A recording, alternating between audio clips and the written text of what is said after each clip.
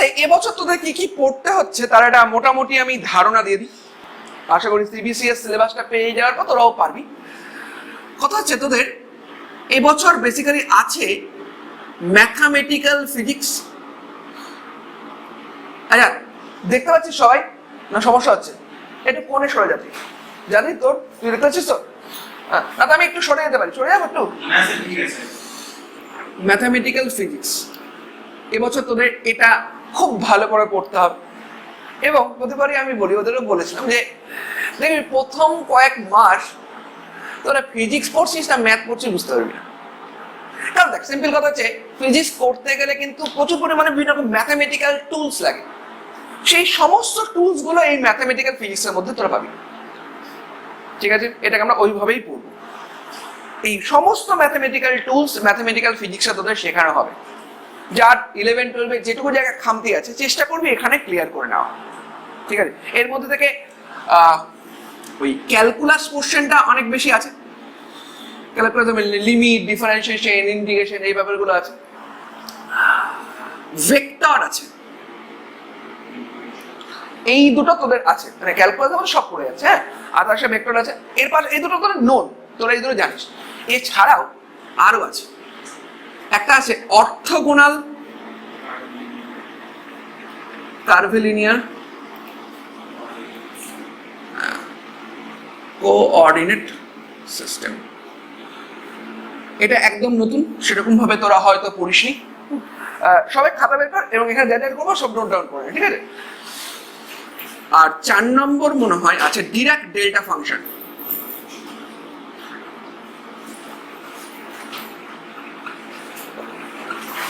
আর তো মনে হয় না কিছু আছে, আমি চেক করে নিই।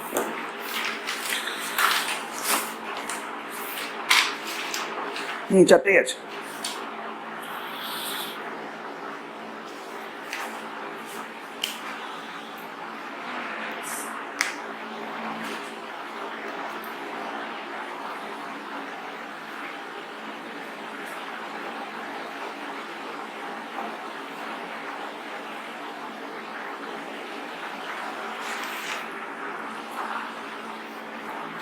এগুলো আমরা টোটালটাই পড়বো। এটা হচ্ছে ম্যাথামেটিক্যাল ফিজিক্সের পার্ট এবং প্রথম কিছু মাস হয়তো আমরা এটাই পড়বো।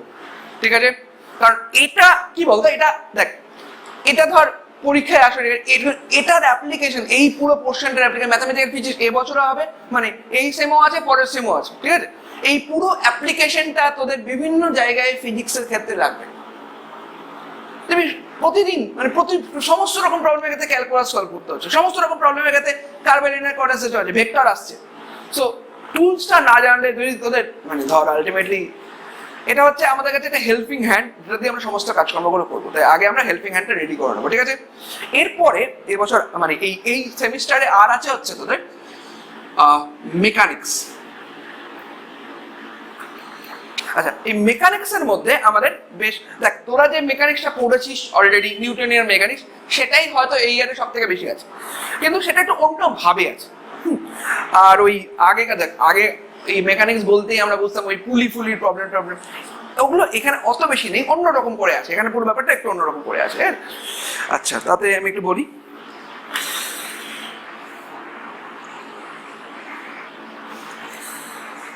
একটা আছে ফান্ডামেন্টালস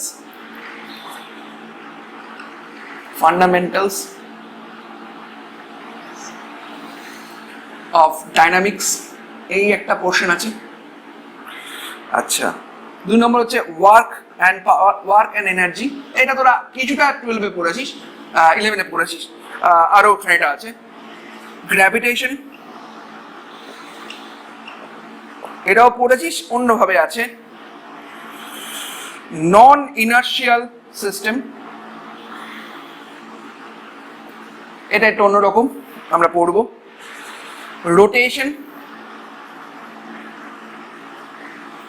রোটেশনাল ডাইনামিক্স। আর 6 হচ্ছে ইলাস্টিসিটি। আর 7 হচ্ছে ফ্লুইড মেকানিক্স। এই 7টা টপিক আর ওপরের 4টে টপিক তোমাদের পড়তে হবে। Within a time period of 6 months. বুঝতে পেরেছো? সমস্ত বইয়ের লিস্ট দেওয়া আছে, আমি তোকে পিডিএফটা পাঠিয়ে দেবো, ঠিক আছে? আচ্ছা, আমরা আজকে যেটা শুরু করব, আমি নিজে ব্যক্তিগতভাবে মনে করি যে ফিজিক্স পড়ার ক্ষেত্রে ভেক্টর না জানলে ফিজিক্স পড়াটাই সম্পূর্ণ হয় না। তাই প্রথমেই আমি ভেক্টর দিয়ে শুরু করব। এখানে কিন্তু ভেক্টর একটু অন্যভাবে আছে। আমি আজকে একটু ছোট করে তোদের ওই 11-12 তোরা যেভাবে ভেক্টরটা করেছিস তার একটা মোটামুটি ধারণা দিয়ে দেওয়ার চেষ্টা করছি। প্রত্যেকে বলছি এই প্রত্যেকটা টপিক যখন যখন পড়ানো হবে কিনা আমি বলে দেবো তার আগে মোটামুটি এরপরে কোন টপিক চেষ্টা করবি একটু, সেটা 11-এ হোক 12-এ হোক, যে টপিকে থাকবে একটু তোদের যে বইটা আছে 11-12 বইটা সেটা একটু দেখে আসে। কারণ আমরা ধরে নিব যে তোরা 11-12টা খুব ভালো করে পড়ে এসছিস, আমরা কিন্তু তারপর থেকেই বোঝানো সাধারণত শুরু করি।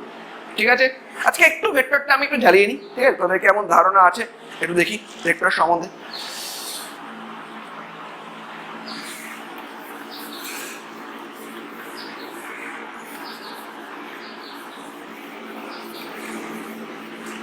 আর ভেক্টরের জন্য এই একটাই বই, স্পাইজেল, ঠিক আছে? এই একটা বই কিনতে হবে। বইটা কিনতে পারিস, বা এরা যেটা করেছে বইটা প্রিন্ট করে নিয়েছে, ঠিক আছে? এটাও করতে যা ইচ্ছা, তবে এই বইটা কিন্তু লাগবে। এই বইটা অনেকটা আমরা মনে করি ভেক্টরের বাইবেল টাইপের, সব বিভিন্ন ইয়েতে লাগে। আচ্ছা, বল দেখি ভেক্টর বলতে তোরা কি বুঝিস? What is vector? তোর নাম কি বললি? হ্যাঁ, নন্দিনী। বল নন্দিনী, ভেক্টর সম্বন্ধে কি জানিস?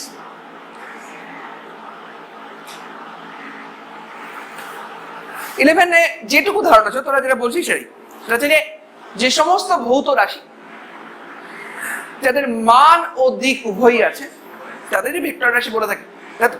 এটাই শুধু ধারণা, এটা কিন্তু সম্পূর্ণ ধারণা নয়, মানে এই ডেফিনেশনটা পরিপূর্ণ নয়। দেখ, যত বড় হবি আস্তে আস্তে তাহলে দেখবি এই কনসেপ্টগুলো আর একটু ডেপথে ঢুকছিস। দেখ, যদি তোরা এখানে এটাই বলিস যে একটা ভৌত রাশি, একটা physical quantity which has some magnitude and direction is called vector quantity, তাই তো? এবার একটা এক্সাম্পল দিই না, এগুলো তো সব ভেক্টরের এক্সাম্পল দিচ্ছি আমি। একটা ব্যতিক্রম দিয়ে একটু, সেটা হচ্ছে কারেন্ট। দেখ, কারেন্টের ভ্যালু আছে 5 অ্যাম্পিয়ার আর 10 অ্যাম্পিয়ার আর 12 অ্যাম্পিয়ার, ডাইরেকশনও তো আছে। তাহলে কারেন্ট কেন ভেক্টর কোয়ান্টিটি নয়? এক্স্যাক্টলি। প্রথম কথা হচ্ছে যে the physical quantity which has magnitude and direction both and that can obey the law of vector algebra is called vector. এটাতেও পরিপূর্ণ নয়, এখনো বাকি আছে আর কিছু ডেফিনেশন, ঠিক আছে? কথা হচ্ছে এর পাশাপাশি দেখ, বুঝতে পারছো? কারণ তোরা যে ডেফিনেশনে বলে শেষ করেছিস কারেন্ট সেটা মেনটেন করছে, তাহলে কারেন্ট কেন ভেক্টর হচ্ছে? বিকজ কারেন্টের যে সাম করা বা সাবস্ট্রাক্ট করা এই সমস্ত কিছু নর্মাল একটা তোর হচ্ছে নর্মাল যে অ্যালজেব্রা তার নিয়ম অনুসারে হয়, ভেক্টরের মতো করে হয় না।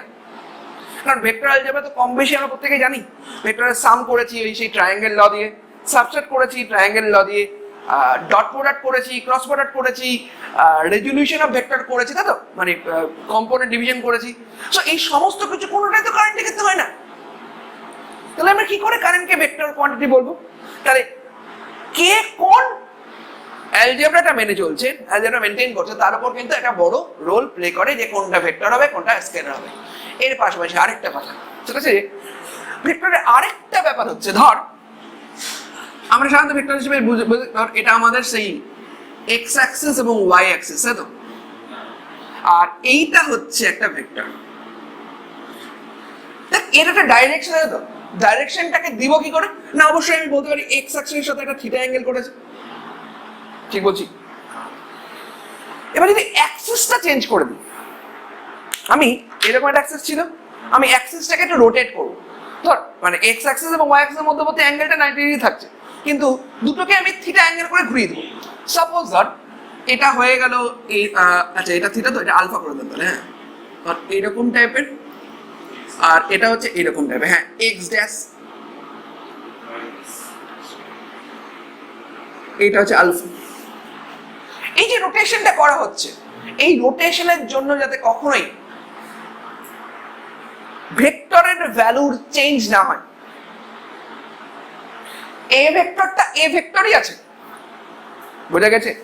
আমি ব্যাপারটা একটু বোঝার চেষ্টা করি, সেটা যে আচ্ছা এটা তো মোটামুটি আইডিয়া ছিল যে এটা হচ্ছে আই ক্যাপ, এটা হচ্ছে জে ক্যাপ, তাই তো? তাহলে আমরা নর্মালি কি বুঝি গো, এ ভেক্টর ইকুয়ালস টু দেখো A cos theta I cap plus A sine theta J cap. তো কি সবাই এটার সাথে মানে এটার সাথে মোটামুটি জানো? এখন যদি আমি এ ভেক্টরটাকে প্রকাশ করি, সাপোজ আর এটা হচ্ছে আই ড্যাশ ক্যাপ, এটা হচ্ছে জে ড্যাশ ক্যাপ, ঠিক আছে? সিম্পল একটু রোটেশন করানো হতে, তাই না? কারণ অবশ্যই রোটেশন করানো হচ্ছে মানে ডাইরেকশনটা চেঞ্জ হয়ে যাবে, আর ডাইরেকশন চেঞ্জ হয়ে গেলে তো ভেক্টর চেঞ্জ হবেই। কারণ I cap J cap ultimately কি ছিল? আই ক্যাপ জে ক্যাপ ছিল হচ্ছে ইউনিট ভেক্টর। এবার এক্স অ্যাক্সিস, এই যে ওইটা বলে x Axis along x Axis এর ইউনিট ভেক্টর। এবার এক্স অ্যাক্সিসটাই চেঞ্জ হয়ে যাচ্ছে, এক্স অ্যাক্সিসটা একটু অ্যাঙ্গেলে করে ঘুরে যাচ্ছে, তাহলে নিশ্চয়ই আইটা আর আই থাকবে না। কিন্তু এবার ব্যাপারটা হচ্ছে এরকম, দেখো পরবর্তীকালে এই অ্যাঙ্গেলটাকে আমি বললাম থিটা ড্যাশ, ঠিক আছে? মানে এক্স ড্যাশের সাথে এ ভেক্টরের অ্যাঙ্গেলটা হচ্ছে থিটা ড্যাশ। তুই কি দিক দিয়ে দেখছিস? অসুবিধা হচ্ছে না তো? তাহলে এটা হবে হচ্ছে এ cos theta dash I cap dash plus a sin theta dash j cap dash। বোঝা গেছে? এবং এটা করতে গিয়ে যাতে ভ্যালুর কোনো চেঞ্জ না হয়, ভালো করে লক্ষ্য কর, এর মড ভ্যালু নিশ্চয়ই একটা সামথিং এ মড, এটার মড ভ্যালু এ মডই হবে কিন্তু, বোঝা গেছে? তাহলে কোন রকমের চেঞ্জ করতে গিয়ে যাতে ভেক্টরের ভ্যালুর কোনো চেঞ্জ, এবং ভেক্টরটাকেও যদি রোটেট করি তাহলে যাতে ভেক্টরের মড ভ্যালুর কোনো চেঞ্জ না হয়।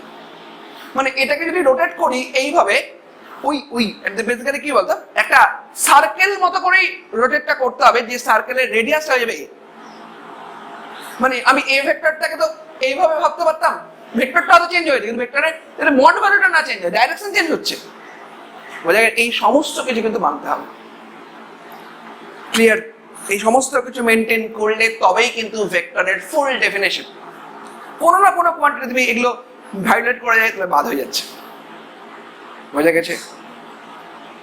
কোনো কনফিউশন? কিন্তু প্রত্যেকটা জিনিস আমার কাছে জিজ্ঞেস করে নিবি কেন হচ্ছে না হচ্ছে। দেখ সিম্পল, তোরা একটা কথা কি, তোরা কিন্তু সব থেকে কঠিন সাবজেক্ট নিয়ে ভর্তি হয়েছিস। সব থেকে কঠিন সাবজেক্ট নিয়ে ভর্তি হওয়ার জন্য যেটা সমস্যা, এই সাবজেক্টটা আলটিমেটলি কঠিন বলে এখানে যখন এসেছিস চেষ্টা করবি এখান থেকে পুরোটা বুঝে যাওয়ার, কারণ এরপরে গিয়ে কিন্তু আমি থাকবো না। সো এখান থেকেই প্রত্যেক জিনিস ক্লিয়ার করেই তোদের বেরোতে হবে। আর একটু বলবো, যেহেতু সিলেবাসটা বিশাল, বইয়ের ডাইমেনশন গুলোই বলে দিচ্ছে, একটা বই নিয়ে এসেছিল, ঠিক আছে? আমি এই বইটার পিডিএফ পাঠিয়ে দেবো, ঠিক আছে? এই পিডিএফটা আছে, এই বইটা কিনতে হবে না, এটা মানে ভালো বই, সব থেকে ভালো বই। প্রথমে থেকে এই বইগুলো পড়বি, তারপরে এই বইটা পড়বি, ঠিক আছে? আর যদি ফিজিক্স সরাসরি পড়তে পারিস, যদি হ্যাঁ বল, এটা বিদেশি রাইটার বই, আর এটা দাম বেশি, এটা দাম 7,400 দাম। না ভুল দেখছিস, বলেছি কি করবি, পেপার ব্যাক করবি। ওরা যেটা দেয়, ওরা বাইন্ডিং দিয়ে দেয়, বাইন্ডিং এর দাম বেশি, বাইন্ডিং হচ্ছে অরিজিনাল ভলিউম, ঠিক আছে? পেপার ব্যাক সার্চ করবি, পেপার ব্যাগের দাম কম, এটার দাম অত বেশি নয়, তাহলে আমি কিনতাম না। 7,000 টাকা দিয়ে বই কেনার কোনো ইচ্ছা নেই, কারণ এগুলোর পিডিএফ আছে, এটা আমি পাঠিয়ে দেবো লিঙ্ক, না এটা কিনতে হবে না, এটা আমার কাছে পিডিএফ তো পুরোটাই আছে, 7th এডিশন পিডিএফ আছে। আচ্ছা, তবে এই বইটা প্রথমেই পড়তে যাবি না, হ্যাঁ? প্রথমে একটু সহজ বই পড়ে তারপরে বইটা পড়বি, এই বইটা পড়তেই হবে। প্রচুর কিছু করার আছে ফিজিক্স নিয়ে পড়তে গেলে, কারণ ও জানে, তোদেরকে ওটা জানিয়ে দিই, এই ব্যাচ থেকে, আমার ব্যাচ থেকে কিন্তু 2016 সাল থেকে প্রতি বছর তোদের বিএসসির পরে একটা পরীক্ষা দিতে হয়, যেটার নাম হচ্ছে IIT jam, joint admission test for MSc, যেটার মাধ্যমে যত আইআইটি আছে, যত এনআইটি আছে, সেখান থেকে এমএসসি করা যায়, এবং সেটার দাম অনেক ভালো, মানে সেটা 2016 সাল থেকে কিন্তু প্রতি বছর এই ব্যাচ থেকে কেউ না কেউ পাচ্ছে। প্রথমে 2জন পেয়েছিল, তারপর বছর 1জন পেয়েছিল, তারপর বছর 3জন পেয়েছিল, এই বছর 2জন পেয়েছে। হ্যাঁ বলছিলাম তো, একটু চেষ্টা কর, ফিজিক্স সাবজেক্টটা নিয়ে আমি বলছি, ব্যাচটা তো অনেক কিছু শেখার আছে, অনেক কিছু পড়া যায়, রিসার্চ করা যায়, অন্যান্য বিভিন্ন লাইনে যাওয়া যায়। সো যখন ঢুকে পড়েছো, একদম প্রথম দিন থেকেই একদম সিরিয়াসলি পড়ো। আর এখন যেহেতু তোমাদের কলেজ নেই, বাড়িতে প্রচুর টাইম নষ্ট না করে যত পারো বইগুলো পড়ো, যত বেশি বই পড়ে। দেখ আমি কথা বলতেই পারি, আমার কথা শুনতেই পারিস, ঠিক আছে, কিন্তু আলটিমেটলি তোদের কাছে বই সব।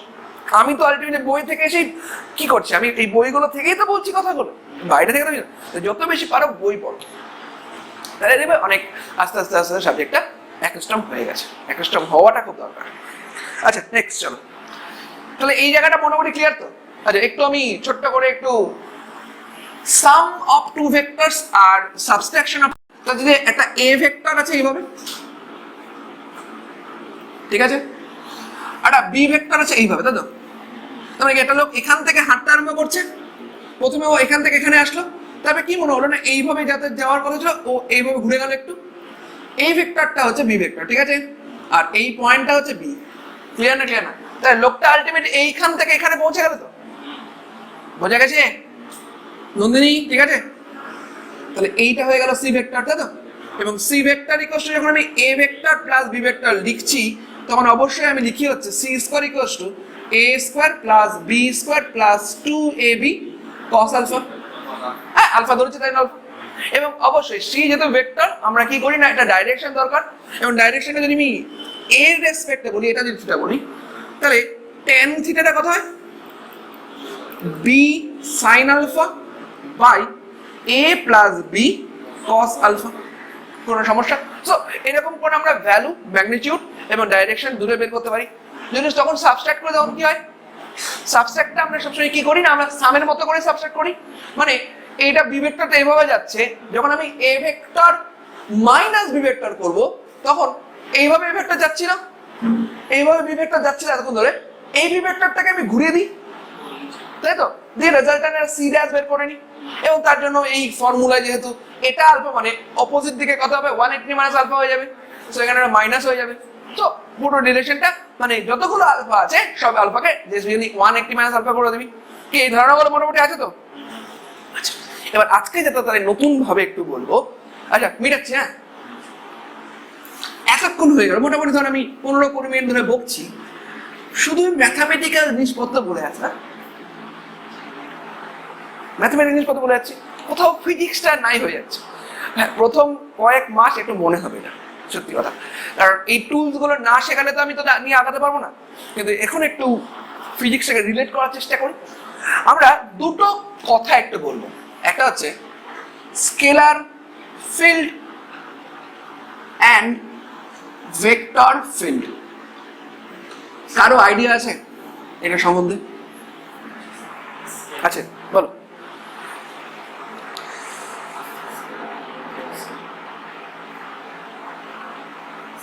স্কেলার ফাংশনে মানে যদি হয় তাহলে ওটা স্কেলার ফিল্ড হবে। ঠিক হলো না? যাও, আর তোরা এই দুটোই পড়েছিস, ফিল্ড কথা গেল। আচ্ছা প্রথম কথা ছেড়ে দে, আমি বলি তোরা ক্লাস 11-এ গ্র্যাভিটেশনাল ফিল্ড পড়েছিলি না?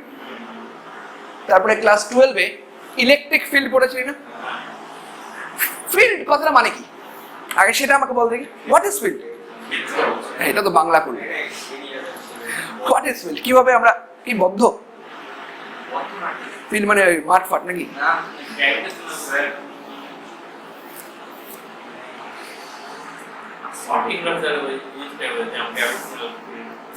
ফিল্ড কেন আমি সেটাই জিজ্ঞেস করছি। ফিল্ড ফিল্ড মানে কি হলো? ফিল্ড এক্ষেত্রে না, ফিল্ডের আসল যদি অর্থ বলি এক্ষেত্রে অন্তত, সেটা হচ্ছে প্রভাব। মানে ধর এরকম, তোরা আজকে থেকে আমার কাছে পড়ছিস তো, আমি তোদের বুঝাচ্ছি, আমার বোঝানোর একটা প্রভাব তোদের মধ্যে পড়বে তো, ঠিক বলছি? হয়তো আমি যদি কোনো ভালো পড়াই তার একটা ভালো প্রভাব পড়ে, আমি যদি খারাপ পড়াই তার একটা খারাপ প্রভাব পড়ে, সব রকম হতে পারে। যেমন ধর গ্র্যাভিটেশনাল ফিল্ড কি হয় না, এইখানে একটা ক্যাপিটাল এম ভরের বস্তু আছে, ঠিক আছে, তাহলে এই বস্তুটাকে মানে এই বস্তুটা এর কাছাকাছি থাকা অবস্থায় আরো অনেক বস্তু যদি থাকে আশেপাশে, তাহলে সমস্ত বস্তুকেই নিজের কেন্দ্রের দিকে আকর্ষণ করে, ঠিক বলছি? এবার দেখ যদি আরেকটা মানে যার উপর আমি প্রভাবটা নেওয়ার চেষ্টা করবো, যার উপর আমি ফোর্সটা বোঝার চেষ্টা করবো, তো সেটা এইখানে আছে। তাহলে এক ধরনের আকর্ষণ বল, মানে বলতে চাইছি যে এটার সেন্টার থেকে এটার সেন্টার দূরত্ব ধর আর, তাহলে এইখানে ফোর্সটা কত হয়? F equals to F vector equals to G M, এটাকে এম করে দাও, এবং তারপর যদি একটা আর ক্যাপ দিয়ে রাখছি, এবং আর ক্যাপ এটা যদি একে টানে তাহলে এটা এদিক থেকে এদিকে, তো ঠিক বলছি? সবাই একমত আমার সাথে?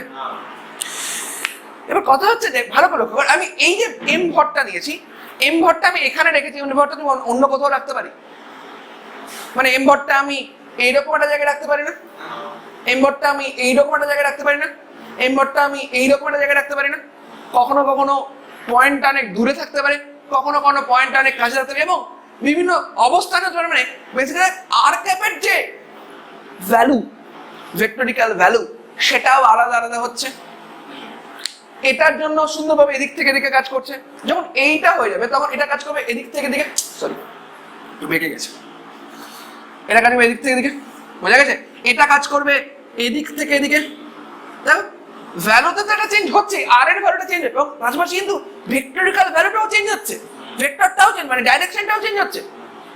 এবং দেখ আমরা কি বলে থাকি যে এই যে কোনো একটা ভর তার প্রভাব প্রায় অসীম পর্যন্ত বিস্তৃত, তো হ্যাঁ মানছি, হচ্ছে যে যেহেতু দূরত্বের বর্গের ব্যস্তানুপাতিক হয়, তাহলে আর এর সাথে সাথে আর এর বৃদ্ধির সাথে সাথে ভ্যালুটা কমে যাচ্ছে, কিন্তু ভ্যালুটা একটা ভ্যালু তো থাকবেই, একটা প্রভাব তো থাকবেই ইনফিনিটি পর্যন্ত। তাহলে এই যে একটা রিজিয়ন যেখানে ওর প্রভাবটা আছে, এক একটা জায়গাতে আমি এক এক রকম প্রভাব পাচ্ছি, মানে এটা ভেক্টর ফিল্ড, বোঝা গেছে? কারণ এর একটা প্রভাব, সেই প্রভাবটা কি না, এটা আকর্ষণ ধর্মী প্রভাব, আকর্ষণ করছে, কোথাও কোনো রকম বিকর্ষণ ধর্মী হতে পারে। সাপোজ আর একটা পজিটিভ চার্জ নিয়েছি, ওর কাছাকাছি যদি একটা পজিটিভ চার্জ নিয়ে আসে, তাহলে এটা একে রিফিল করছে, তাহলে ডাইরেকশনটা আমার ক্ষেত্রে খুব ইম্পর্টেন্ট। দেখো বিভিন্ন জায়গাতে এই ফোর্সের ভ্যালু গুলো আলাদা আলাদা, মানে বলতে চাইছি ফোর্সটাকে যদি আমি এবার একটু প্রকাশ করি, এফ ভেক্টর ইকুয়ালস টু কি, আমি যদি 3 ডাইমেনশনাল স্পেসে থাকি, তাই কি F X I cap plus F Y J cap plus F Z K cap, তো কি এটাতে কারো কোনো সমস্যা নেই তো? এবার দেখ বলতে চাইছি যে এই এফ এক্স, এই এফ ওয়াই, এই এফ জেড, এই প্রত্যেকটা ভ্যালু কিন্তু আলটিমেটলি ডিপেন্ড করছে এক্স ওয়াই জেড এর উপর। এখানে আর দিয়ে বোঝাচ্ছি ঠিক আছে, কিন্তু এখানে তো এক্স ওয়াই জেড এর উপর ডিপেন্ড করবে। তাহলে এক্স ওয়াই জেড এদের ভ্যালুগুলো যেমন যেমন থাকবে, তাহলে প্রত্যেকটা পয়েন্টে সেরকম ভ্যালুই আমি পাবো, বোঝা গেছে? এবং যা বলতে চাইছি এই F X F Y F Z প্রত্যেকটাই এক্স ওয়াই জেড এর ফাংশন। তাহলে আমি এক একটা জায়গায় এক এক রকম ফোর্স পাচ্ছি, মানে এটা ফোর্স ফিল্ড, মানে এটা gravitational force field which is a vector field. বলো ক্লিয়ার? কি সমস্যা? কারো কোনো সমস্যা আছে? এবার স্কেলার ফিল্ডটা বলি, একই অর্থে স্কেলার ফিল্ডটাও ঠিক একই অর্থে ব্যবহৃত হয়, শুধু ওখানে ডাইরেকশনটা মিসিং। সেটা কেমন একটু বলি। ধর এইখানে একটা রড জ্বলছে, তাই তো? এই রডের ঔজ্জ্বল্য মানে ইন্টেন্সিটি, এটা এক একটা জায়গায় এক এক রকম না? ধর সাপোজ তুই একটা ঘরের মধ্যে আছিস, ঘরের একটা কর্নারে একটা বার্নার জ্বলছে, ওভেন জ্বলছে, তাহলে ওই ওভেনে যে গরম ভাবটা সেটা ঘরের বিভিন্ন জায়গায় বিভিন্ন রকম না? তাহলে কি আমি যেখানে আমি যদি খুব কাছে থাকি তার এফেক্টটা বেশি থাকবে, আমি যদি দূরে থাকি তার এফেক্টটা কম থাকবে, এদিকে থাকি তার এফেক্টটা একরকম, ওদিকে থাকলে এফেক্টটা একরকম, তাই না? দেখ এখানেও ওই যে ভালো করে বলতে গেলে ওর তাহলে ঘরের বিভিন্ন জায়গাতে একটা টেম্পারেচার গ্রেডিয়েন্ট তৈরি হচ্ছে না, মানে টেম্পারেচারের চেঞ্জ তৈরি হচ্ছে না? কিন্তু ওখানে দেখ কোনো ডাইরেকশনাল ব্যাপার সেটা নেই, কিন্তু ওখানে কোনো মানে ভেক্টরিক্যাল কোয়ান্টিটি, টেম্পারেচার ভেক্টরিক্যাল কোয়ান্টিটি নয়, কিন্তু টেম্পারেচারের একটা ফিল্ড তৈরি হচ্ছে এই ঘরের মধ্যে। আরো সিম্পল এক্সাম্পল দিচ্ছি, ধর ঘরের মধ্যে তুই একটা ধূপকাঠি জ্বালিয়ে দিয়েছিস, ধূপকাঠিটা বেশ সুন্দর একটা স্মেল তৈরি করবে না? এবং সেই স্মেলের ইন্টেন্সিটিও একটা জায়গায় একই রকম থাকবে, তো কিছুক্ষণ যা পরবর্তীকালে একটা স্যাচুরেটেড কেস হয়ে যাবে, সেক্ষেত্রে মোটামুটি সব ঘরেই একই রকম, কিন্তু প্রথমে অবস্থায় বিভিন্ন জায়গায় একটা সুন্দরভাবে গন্ধটা ছড়িয়ে যাচ্ছে, ব্যাপারটা না? এগুলো প্রত্যেকটাই হচ্ছে স্কেলার ফিল্ড, মানে ও যেটা বলছো সেটাই। ও বলছো না যে ভ্যালুগুলো ধর স্মেলকে একটা কোয়ান্টিটি হিসেবে ডিপেন্ড করে বা টেম্পারেচারকে একটা কোয়ান্টিটি হিসেবে, টেম্পারেচারের ভ্যালুটা ধর টেম্পারেচারকে যদি আমি ক্যাপিটাল টি দিয়ে নোট করি তাহলে temperature is a function of X Y Z এক্ষেত্রে তো অন্তত বোঝা গেছে। কিন্তু এর মধ্যে কোন রকম I cap J cap K cap নেই, তাহলে অবশ্যই এটা একটা স্কেলার ফিল্ড। বোঝা গেছে। সাধারণত স্কেলার ফিল্ডকে আমরা এইভাবে বোঝাই না, আমরা ভেক্টর ফিল্ডকে বোঝাই হচ্ছে এ ভেক্টর দিয়ে, মানে ভেক্টর ফিল্ড বলতেই এ ভেক্টর, যে ভেক্টরটা হচ্ছে এ এক্স ব্র্যাকেটে X Y Z I cap plus A Y ব্র্যাকেটে X Y Z J cap plus A Z ব্র্যাকেটে X Y Z K cap. কোনো সমস্যা? তাহলে এইটাই কিন্তু আমাদের ভেক্টর ফিল্ড। আর সাধারণত স্কেলার ফিল্ডকে আমরা বুঝাই ফাই দিয়ে। Phi is a function of X Y Z, ফাইটা কিন্তু এক্স ওয়াই জেড এর ফাংশন, মানে ফাই এর ভ্যালুটা কিন্তু এক্স ওয়াই জেড এর মানের পরিবর্তনের সাথে সাথে পরিবর্তিত হচ্ছে। বোঝা গেছে? কোনো সমস্যা? যেটুকু পারো নোট ডাউন করো, একটু জল খেয়ে আসে।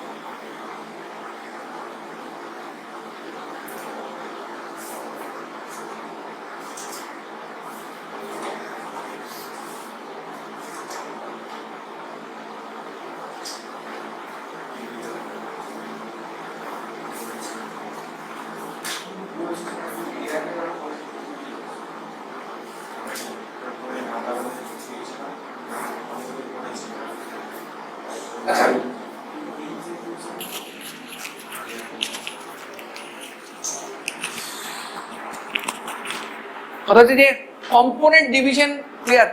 জানো না জানো না? ভেক্টরের কম্পোনেন্ট ডিভিশন কম্পোনেন্ট মানে ওই x of power I cap. এই কনসেপ্টটা মোটামুটি আইডিয়া আছে তো? তাহলে ওটা একটু স্কিপ করলাম, ঠিক আছে? এটা মোটামুটি জানি, মোটামুটি সবারই ভালো আইডিয়া থাকে। এবার আমি যেটা বলতে চলেছি সেটা একটু ডট প্রোডাক্ট আর ক্রস প্রোডাক্ট, ঠিক আছে? আর মোটামুটি আইডিয়া আছে ডট প্রোডাক্ট ক্রস প্রোডাক্ট নিয়ম? দেখা যাক কেমন আইডিয়া আছে।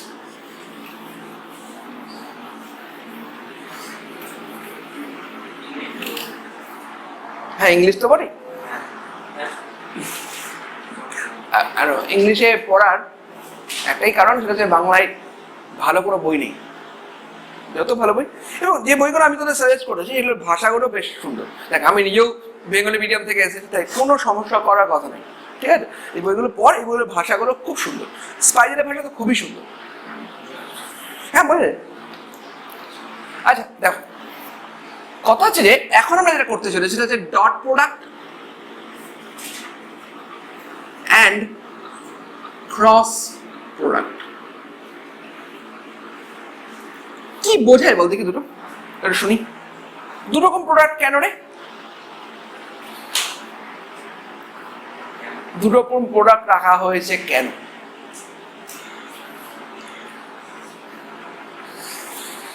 বলো শুনি।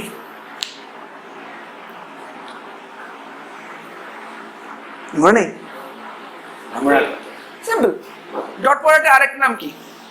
Scalar product. ব্যাস, অ্যান্সার তো হয়ে গেল। স্কেলার কোয়ান্টিটির জন্য ডট প্রোডাক্ট হ্যাঁ, আর ভেক্টরের জন্য ক্রস প্রোডাক্ট। তাহলে এটা কি এতক্ষণ লাগছে কেন?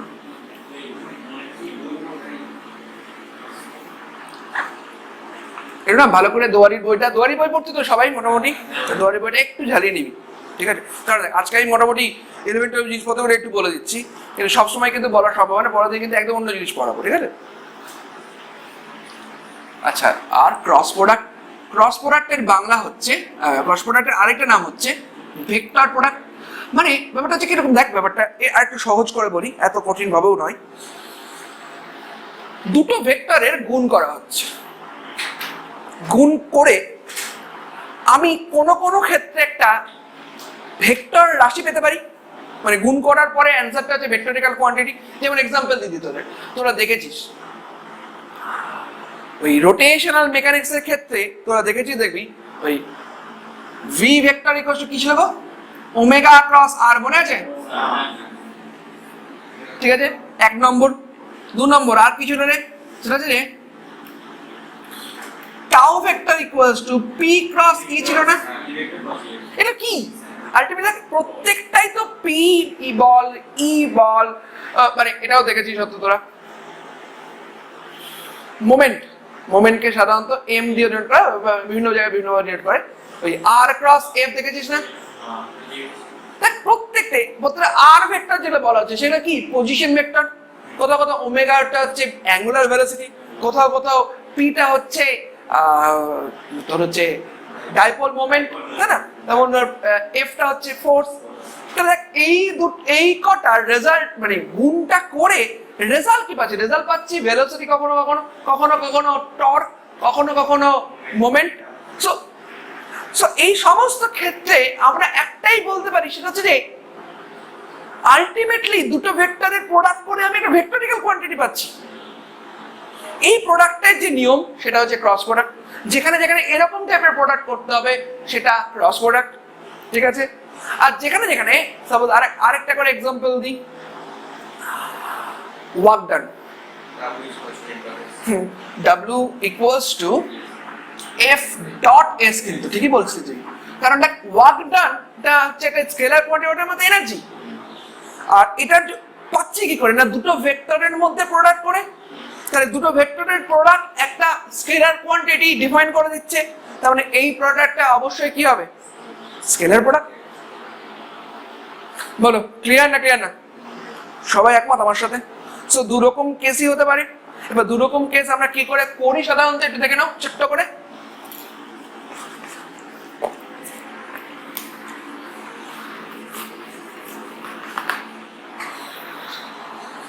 কি করে করি দেখো, কথা হচ্ছে যে A vector dot B vector, এটা হয় হচ্ছে mod A mod B into cos theta.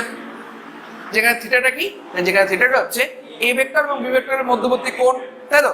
এবং আরেকটা জিনিসের সঙ্গে সঙ্গে লিখে ফেলি, এটাকে লেখা হয় হচ্ছে A X B X plus A Y B Y plus A Z B Z. তো এটা কি মনে আছে তো, না মনে নেই? একবার বলবো এটা, মনে আছে? এবং অনেক সময় দেখ এই রিলেশনটা কিন্তু আমরা থিটাটা বের করার জন্য করি। কি হবে? cos inverse a dot b by mod a into mod b, তাই না? ঠিক আছে, অন্যভাবে একটু বলি, হ্যাঁ হচ্ছে এটা। অনেক সময় দেখ a vector by mod a কে কি লেখা যায় রে? a cap. আর b vector by mod b কে কি b ক্যাপ। তাহলে এটাকে লেখা যায় cos inverse a cap dot b cap. এইভাবে অনেক সময় করে।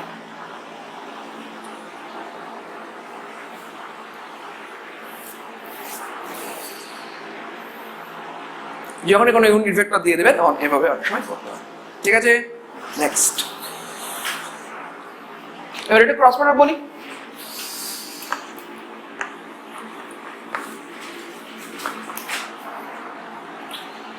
এ ভেক্টর ক্রস বি ভেক্টর, এটা হয় mod A into mod B into sine theta.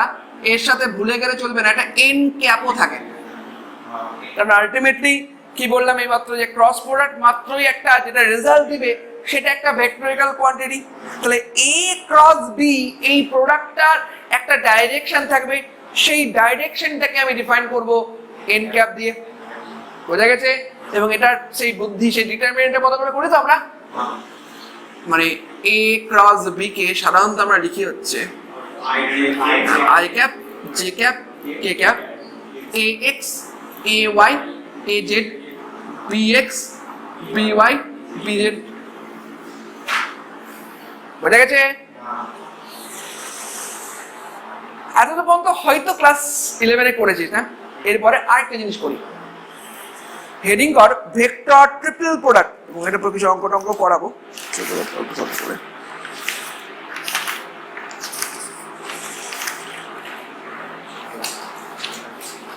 Heading করো, মানে তোরা একটা তোরা না শুধু হেডিং কর ট্রিপল প্রোডাক্ট বলে, ঠিক আছে? আসছি পরে।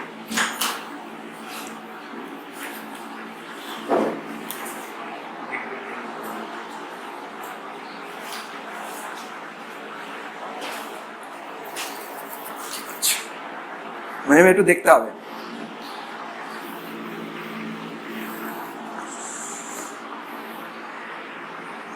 এর পরের থেকে না একটু অন্যভাবে পড়ানোর ইচ্ছা আছে। ধর এগুলো রেকর্ডিংটা যদি পুরোটা হয়ে যায়, ধর সমস্ত ক্লাসে, এরপরে ধর রেকর্ডিংটা স্টুডেন্টদের কাছে থাকবে, ওটাতে দেখে আসবে। আমি এখানে শুধু ডিসকাস করবো অন্যভাবে, একটু এর নলেজ একটু বাড়ানো যাবে, দেখা যাবে। হ্যাঁ, টাইমটা কম হয়তো লাগবে না, তাহলে একটু বেশি প্রবলেম করানো যাবে। আর বিশেষ করে আরো এই যে তোদের যে দাদারা আছে, মানে এবছর যারা থার্ড ইয়ারে পড়ছে, সানাজ, তারপরে ফাল্গুনি, এই দুই ব্যাচটা আর কি, এদের ব্যাচটা এই জ্যাম ট্যাম দেবে। ওরা বলছে স্যার একটু সবগ্রস্ত কিছু ঝালিয়ে নিলে ভালো হতো, ওদের জন্যই রেকর্ডিংগুলো করা। আর এটা সব ইয়ারেই লাভ হবে মোটামুটি। হয়তো লকডাউনটা নাহলে আমরা ভাবতামই না এত কিছু নিয়ে। লকডাউনটা এসেই তো আমাদের কাছে এই অপশনগুলো ওপেন করে দিয়েছে, রেকর্ডিং করে পরবর্তীকালে ইউটিউবে দেওয়া যেতে পারে, সেখান থেকে সবাই দেখতে পারে। চলো, কথা হচ্ছে এবার আমরা ট্রিপল প্রোডাক্ট করবো। হেডিং কর ট্রিপল প্রোডাক্ট।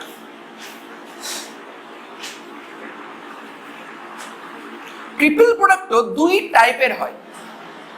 একটা হচ্ছে নাম্বার 1 হচ্ছে ভেক্টর ট্রিপল প্রোডাক্ট, আরেকটা হচ্ছে স্কেলার ট্রিপল প্রোডাক্ট। বোঝা গেছে? এটা হচ্ছে ভেক্টর ট্রিপল প্রোডাক্ট, এটা হচ্ছে স্কেলার ট্রিপল প্রোডাক্ট। ওকে, তাহলে কি এখানেও ঠিক ব্যাপারটা একই রকম, ডিসকাশনটা একই রকমই হবে যে ভেক্টর ট্রিপল প্রোডাক্ট যেটা, সেটার রেজাল্ট ভেক্টরিক্যাল কোয়ান্টিটি, আর স্কেলার ট্রিপল প্রোডাক্ট যেটা, সেটার রেজাল্ট এটা স্কেলার কোয়ান্টিটি। That's all. এবার কথা হচ্ছে ট্রিপল মানে বুঝতে তিনটা ভেক্টরের গুণ। তাহলে দেখ, তিনটা ভেক্টর ধর আমি ধরে নিলাম এ, বি আর সি, ঠিক আছে?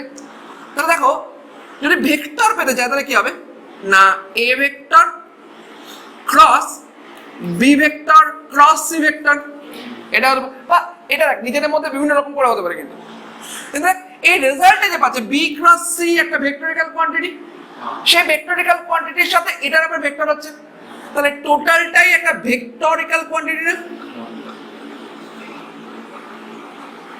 বোঝা গেছে? তাহলে এই রেজাল্টটা হচ্ছে একটা ভেক্টরিক্যাল কোয়ান্টিটি। আর একটু যদি স্কেলার কোয়ান্টিটি পেতে চাই, তাহলে কি করতে পারি, এ ভেক্টরটা থাক dot B cross C vector. দেখ, এটার রেজাল্টটা একটা স্কেলার কোয়ান্টিটি হবে না? আচ্ছা, ভেক্টর ট্রিপল প্রোডাক্ট নিয়ে আমার সেরকম কিছু বলার নেই, তার প্রোডাক্ট করে তোমাকে বের করতে হবে, ঠিক আছে? হয়তো কিছু কিছু ক্ষেত্রে কোনো ফিজিক্যাল কোনো সিগনিফিকেন্স হয়, কোনো কিছু ক্ষেত্রে কোনো ফিজিক্যাল সিগনিফিকেন্স হয় না, বিভিন্ন রকম এক্সাম্পল আছে, কোনো সমস্যা নেই। কিন্তু স্কেলার ট্রিপল প্রোডাক্টের গুরুত্বটা আমাদের ক্ষেত্রে খুব খুব বেশি। তো আমাকে ছোট্ট একটা জিনিস বলতে পারবি, ধর একটা ভেক্টর আছে বি, একটা ভেক্টর আছে সি, সব সেটা একটা এরকম ভাবে আছে, বি ভেক্টরটা আছে এরকম করে, সি ভেক্টরটা আছে এরকম করে, মধ্যবর্তী অ্যাঙ্গেলটা থিটা আছে। বি ক্রস সি কি বোঝায় বল দেখি, কি বোঝায়? গুড, একটা ক্ষেত্রফল বোঝায় না? এরিয়া, এরিয়াটা কি করে হয় দেখে নাও। এই যে এটার প্যারালালি, বি এর প্যারালালি এখানে টানা হচ্ছে, সি এর প্যারালালি এখানে টানা হচ্ছে, এই পুরো এরিয়াটাই হচ্ছে বি ক্রস সি। মনে পড়ছে সেই ট্রায়াঙ্গেলের এরিয়া ছিল half of mod of A cross B, আর এখানে এই এরিয়াটা হচ্ছে বি ক্রস সি। এর ম্যাগনিটিউড বের হচ্ছে একদম মানে ওই ক্ষেত্রটার ভ্যালুটা পাবি, ঠিক বলছি তো নন্দিনী? ঠিক আছে, গুড। এবার এটার সাথে দেখ আরেকটা ভেক্টরের ডট করা হচ্ছে। এবার এটা কি বলতো? ডট করা মানে গুণ করা। তো চারিদিকে যদি গুণ করি তাহলে এইখান থেকে এইখান থেকে এইখান থেকে এইখান থেকে গুণ করে এইরকম একটা ভলিউম পেতে পারি না, যার এ ভেক্টরটা হচ্ছে এইভাবে।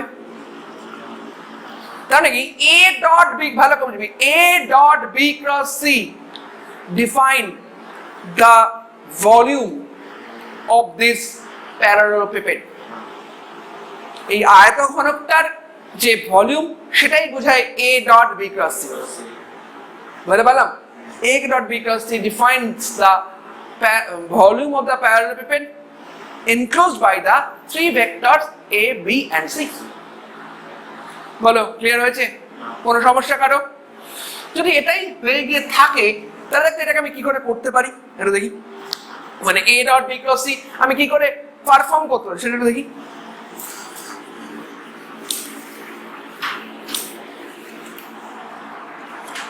আমি করবো হচ্ছে a dot b cross c, তাই তো? তাহলে b ক্রস c মানে a ডট করে দিলাম, b ক্রস c কে কি লেখা যায় গো? i cap j cap k cap bx by bz cx cy cz। তো আচ্ছা, এবার ডট প্রোডাক্টটা করতে হবে। তো ডট প্রোডাক্ট কোথায় রেখে এই ax এর সাথে এটা গুণ হলে এখানে একটা ax বসে যাবে, এখানে একটা ay বসে যাবে, এখানে একটা az বসে যাবে, ব্যাস এটাই অ্যানসার।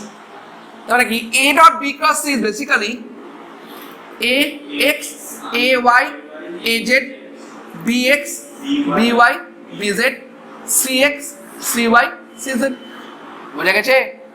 সো এইভাবে আমরা বের করতে পারি। এই ডিটারমিনেন্টটা পুরোপুরি ভাঙলে যে রেজাল্টটা পাওয়া যাবে সেটাই এই ভলিউম অফ দ্য প্যারালেলোপিপেড।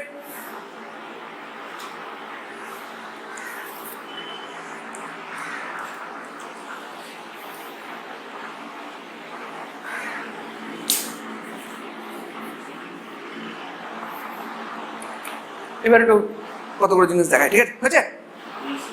আচ্ছা, ডিটারমিনেন্টের ক্ষেত্রে কি হয় গো? একটা যদি এক্সচেঞ্জ করা হয়, রো অর কলাম এক্সচেঞ্জ করা হয় তাহলে একটা নেগেটিভ সাইন আসে। তো ঠিক বলছি? এবার দেখ এটাকে কি করতে হয়।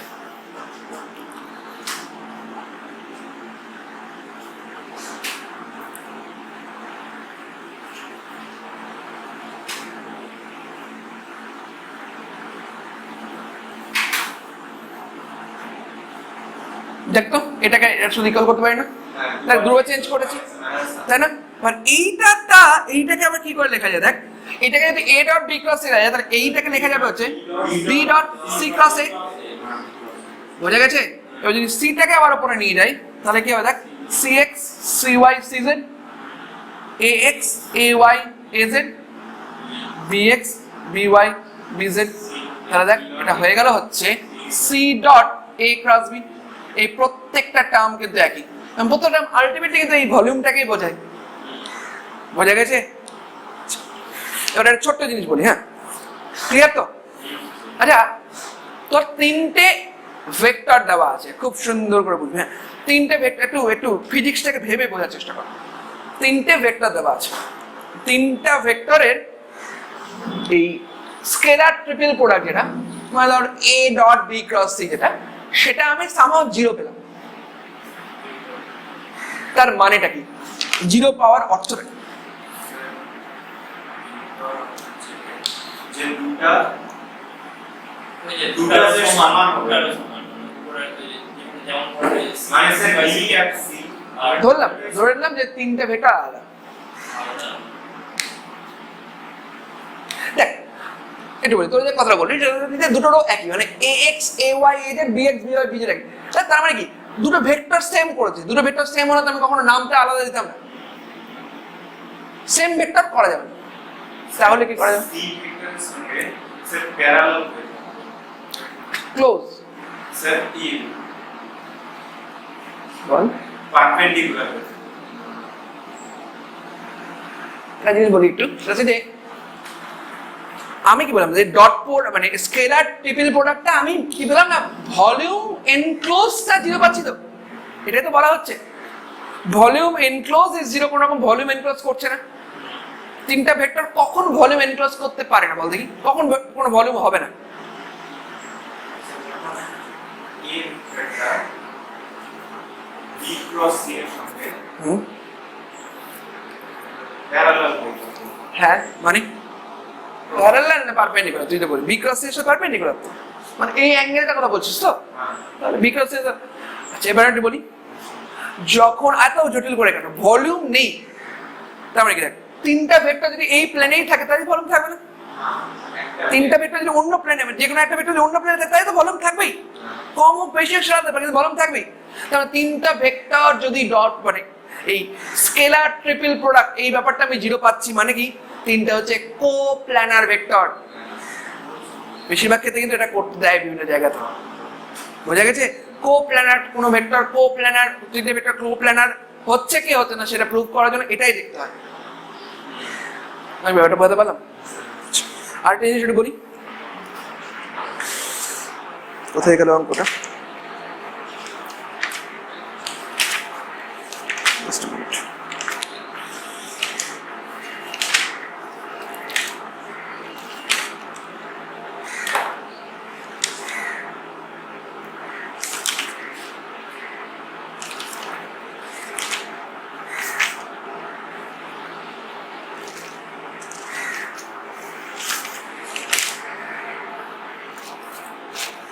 অঙ্কনের ভাষাটা পেলাম না ঠিক, এই ছিল কোথায় পেলে ভুলে এলাম।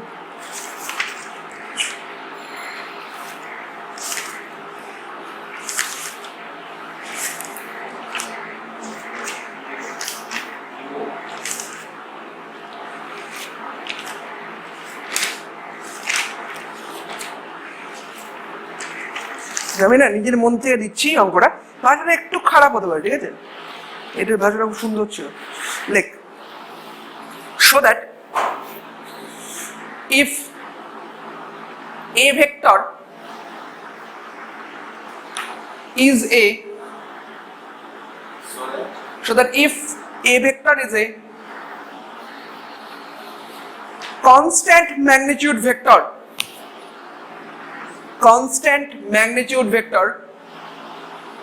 then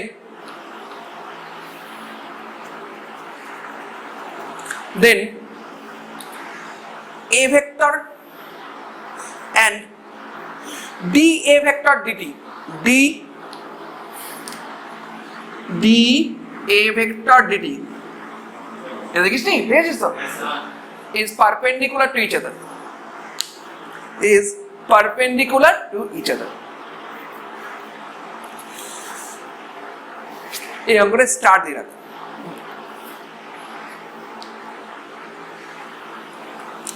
এটা আমি একটু বলি, হ্যাঁ এটা অন্যভাবে করতে হবে, তোদের এখনই অত বুদ্ধি আসবে না, ঠিক আছে?